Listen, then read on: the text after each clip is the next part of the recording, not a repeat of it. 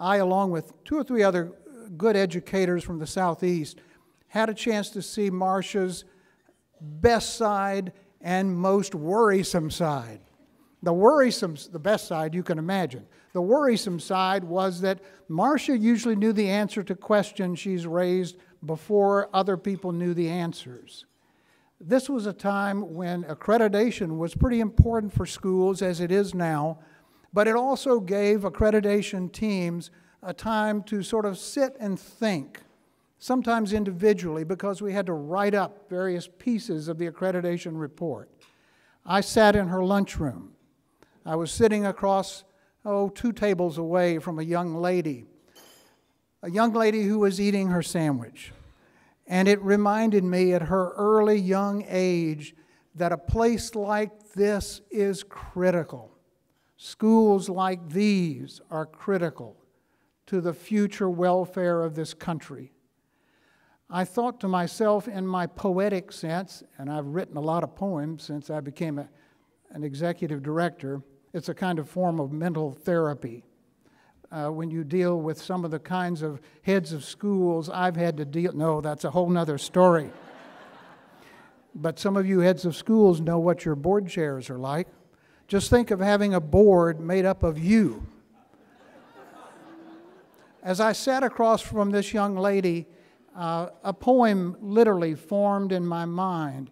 It had to do with this young lady who was sitting and very quietly and calmly, in a place of calm, when things were going on at a fast pace all around her. And there she was, concentrating on the banana, focused on the task at hand, unaware of the visitors' smiles, the mental duties she was expected to perform. She peeled and ate, satisfied in the moment's pleasure, mealtime snack, while parents, teachers, playmates, all were involved in other things and busy. And at that time, March 10th, 2003, nations were almost at war. And I finished the poem this way: none of these think of her, and yet she is all there is of sanity in the universe. These are the kinds of schools that you make possible. It's the kind of school where Marcia's tough-mindedness and loving compassion came together to provide one remarkable place. Marcia, will you come up and let me congratulate you for being a distinguished moment of sanity in the world of education.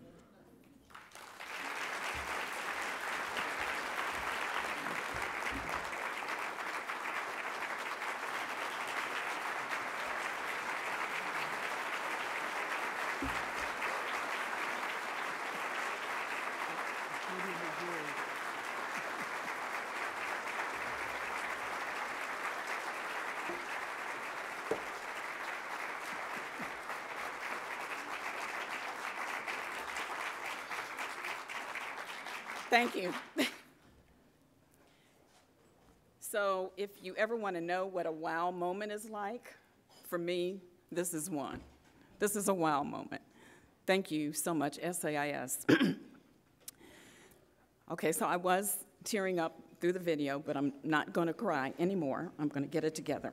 And Tom, when I found out that you were going to be the presenter, I just smiled because we go back decades, and we've had such a great friendship for a really long time. You probably don't remember the first time we met, but you came up to me, I had on my name tag, and you said, you looked at my name tag and you said, M-A-R-C-I-A, how do you pronounce it? And I told you Marcia. And then I began to blab on and on and on about being born in Cleveland, Ohio, and how they pronounce it different above the Mason-Dixie line and different below the Mason-Dixie line. And you were so patient. And then I realized that I was talking so much and you hadn't said another word, so I thought, okay, Marcia, stop talking, ask him a question. And I looked at your name tag and I said, T-O-M, how do you pronounce it? And you said Tom and burst out laughing, and I think that was the beginning of our friendship. I am honored and humbled to be receiving this award today. When Deborah called, she actually left a message. And the message said, you know, call Deborah Wilson back or she's going to call you back. And I was thinking, oh, she wants me to be on some committee or do some project or, you know, offer some workshop, which of course I would have said yes. And then when she told me about this award, I was thinking, okay, this is an award that goes to people who are either retired or who are no longer with us. And she must have heard me because immediately she said, we decided to give it to somebody who's still working this year. And I said, well, great, thank you. And the rest of the conversation was great. And so thank you, Deborah.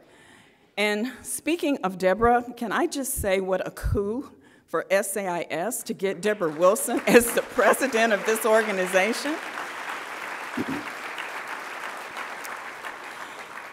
I've known Deborah since our work on the NAIS board. If you don't know her, she is efficient, she is decisive, she is thoughtful, she's a visionary, she is wicked, wicked smart.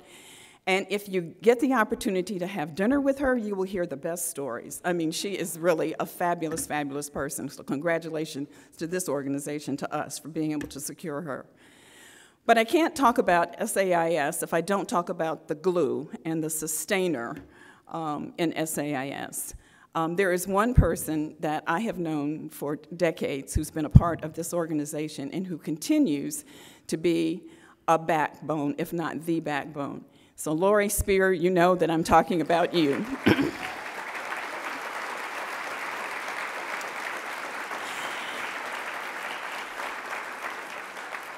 The thing I admire about Laurie is that the Laurie that you saw yesterday will be the Laurie that you see today, will be the Laurie that you will see tomorrow. She's always the same. She's always there to answer your questions, to make sure that everything goes well. She's, you know, she started out with Tom Redmond. She was there with the leadership of Steve Robinson, Kirk Walker, and now with Deborah. I hope that you will continue to do your work for SAIS as you have in the past, because you are amazing. I just want to share with you that this work brings me so much joy. As you know, I started my career at the Children's School, a school that I loved. And in 2012, I had the opportunity to go to Woodward Academy and to be at another school that I loved. Actually, my children, when they left, my own two children, when they left the Children's School, they went to Woodward. So I've always been a fan, but I didn't know that I would ever have the opportunity to have this amazing job.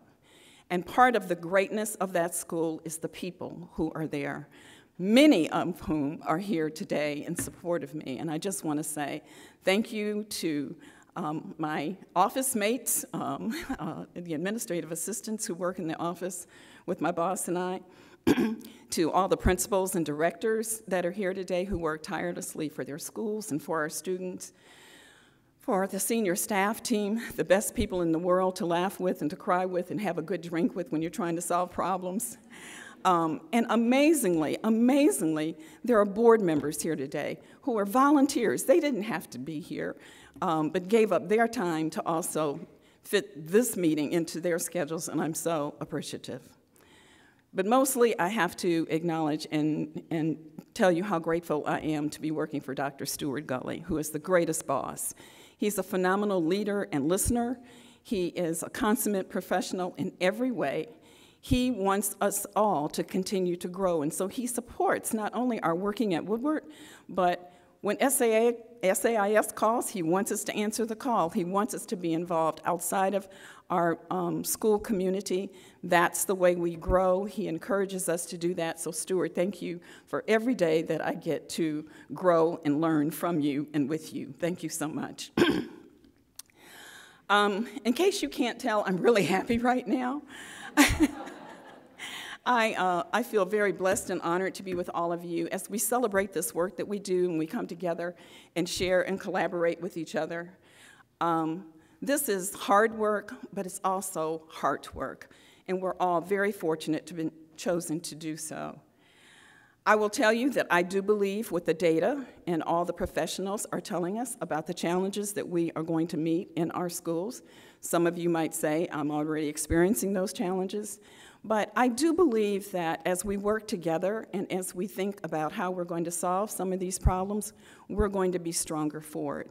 And so thank you to SAIS, who gives us the opportunities to come together, to talk to each other, to support each other, and to encourage each other through what I think are going to be some difficult times. We're probably going to have to start thinking a little differently and behaving a little differently as we plan a little differently for the future of our schools. But Maya Angelou has a great quote that she uses sometimes, used to use when things got tough. And the quote was, "Continue." And if you read the quote, it's the word continue with a period. And then she says, "Be loving and be strong, be fierce and be kind, and don't give in, and surely, surely don't give up." So during those times when we get discouraged and we think that, the sky is falling, if we're sitting at our desk or at our computers, leave the desk and leave the Excel spreadsheets and leave the telephone and get up and walk around our schools and our campuses and go listen to the choir rehearse, or go stand on the playground and watch some kids play, or go to your robotics class and watch some future engineers. And I believe that that will give us the headspace to do the things that we need to do, to say the things that we need to say, and be the people that we need to be able to continue to lead our schools. So I started out telling you that this was a wow moment for me, and I'm going to close by taking a little liberty with a quote from Robin Sharman, who says that, "If we are paying attention to our lives, we'll recognize those defining moments. The challenge for so many of us is that we are so deep into daily distractions and too busy being busy that we miss out on those moments and opportunities that, if jumped on, would get our careers, our personal lives, and our schools to a whole new level of wow." So I join you. Let's continue to work together and develop more wow for our students, our schools, and ourselves. Thank you so much.